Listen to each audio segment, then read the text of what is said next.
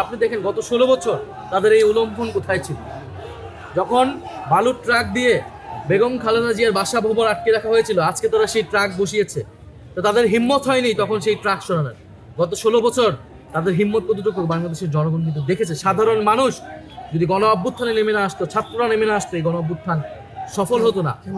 আপনি যদি বলেন এখানে মিথ্যা প্রোপাগান্ডা ছড়ানো হচ্ছে যে নাসিরউদ্দিন পাটোয়ারি কটূক্তি করেছে, এটা বলেছে সেটা বলেছে, নাসিরউদ্দিন পাটোয়ারি অথবা আমাদের দলের যে কেউ যদি প্রচলিত আইন বিরোধী, আইন লঙ্ঘন করে কোনো বক্তব্য দেয়, আইন অনুযায়ী তার ব্যবস্থা হবে, আইন অনুযায়ী সেটা ব্যবস্থা নেওয়া হবে।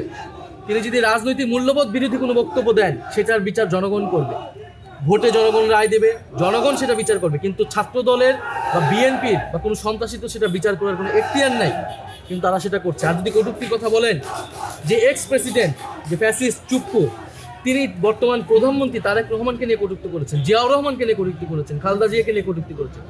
তাদের যদি হিম্মত থাকে, তাদের যদি শরীরে পোষণ থাকে, তাহলে তারা যে সেই এক্স চুপ্পুর বিরুদ্ধে কথা বলুক, চুপ্পুকে গ্রেফতার করুক। সেই হিম্মত কিন্তু এই সরকারের নাই। তাহলে তারা কতিপয় যুবক, যারা আমরা গণ অভ্যুত্থানে ছিলাম, যারা আমরা নতুন রাজনৈতিক দল করেছি, যারা আমরা গণতান্ত্রিক রাষ্ট্র বিনির্মাণের জন্য এখনো কাজ করে যাচ্ছি, এই সন্ত্রাসের বিরুদ্ধে তো আমাদের লড়াই ছিল।